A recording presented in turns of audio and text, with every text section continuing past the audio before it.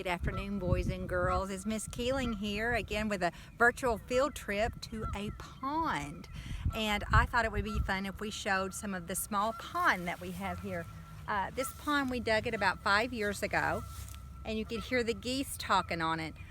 These are not our geese. These are wild geese that have flown in, and we're hoping they'll stay around for a little while and maybe have their families here.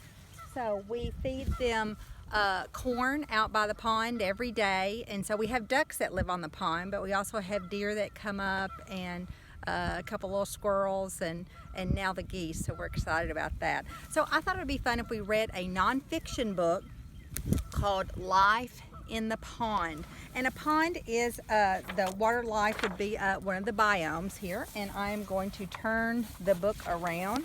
So I'm going to get on this side, try not to have a shadow here. Again, this is a nonfiction book.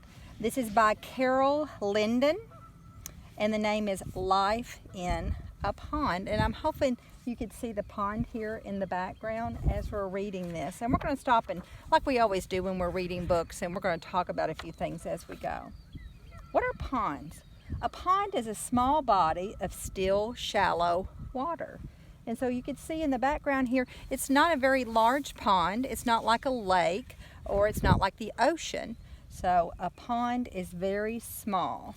And it says shallow body of water. The deepest end is going to be right at 25 feet. We dug it a little deep there, but around the edges there, maybe 6 feet or so. Okay. Ponds are found in many parts of the world. Ponds form in forests, on farms, and in the cities. Ponds are smaller than lakes. And see the photograph that they have here, it shows that it's you could have a little bitty pond like this one that's actually in a forest.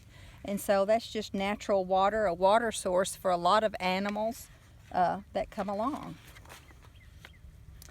Pond animals. Many kinds of fish swim in the pond. Fish breathe through their gills. So they do not have lungs like you and I do. They have what's called gills that they breathe through. And when we dug this pond, we did not put any, after it filled up with water, we did not put any fish in it. Someone had told us if we just let it go naturally, that fish would end up living there. And I couldn't understand how that was. And what happens is, as different birds fly in, they'll have eggs on their feet.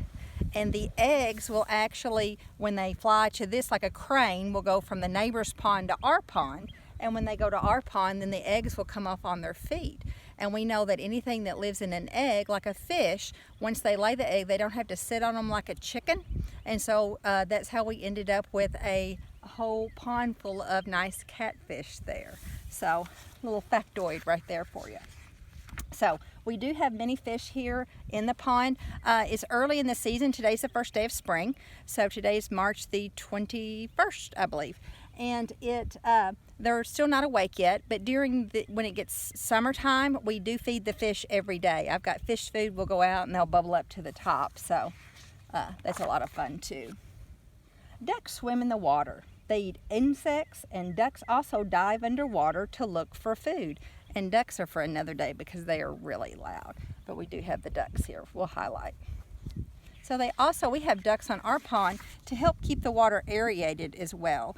And so when you have water that's not moving, you will end up with a lot of algae on top. But if you could get the water moving, it will keep it looking really nice and pretty. Frogs kick and swim in the water, and frogs eat insects. So at night you could really tell this time of year when the frogs come out. They are really, really loud. And I hope for us to do another virtual field trip with maybe some tadpoles and different stages of the life cycle of a frog. Pond plants. Water lilies grow in ponds. Their leaves float on the water, which these are these nice green leaves, and their flowers bloom. And so their roots just hang down just a little bit there, and they do not grow in dirt. And so this is what's known as an aquatic plant there. So I do not have any lilies on this pond, but I've seen them at other places that look beautiful. cattails grow in ponds. A cattail is a plant with a fuzzy brown tip. The tip looks like the cat's tail. And you see the illustration here that it's, or the photograph actually, and it has little tails on the end here. And those are called cattails. Sunlight shines through the shallow pond water. Sunlight reaches the plants that grow on the bottom of the pond. Well, if you notice this pond right here in the middle of it, they have what's called vegetation or plants growing here because the light's able to go down because it's so shallow, and shallow means it's not very deep. Our particular pond is a little bit deeper, so we're not going to have plants coming up. And I also put a little bit of sunscreen on it, and so that's going to keep the sunlight from reaching all the way to the bottom, so that way plants cannot grow without the sun. So that way it keeps down on our weeds around the pond. Living together.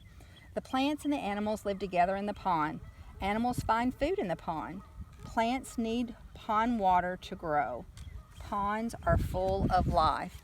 And so this pond is used, a lot of deer will come through throughout any time of the year and use this as one of their drinking sources.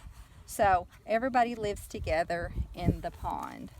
So again, the name of this book is Life in the Pond.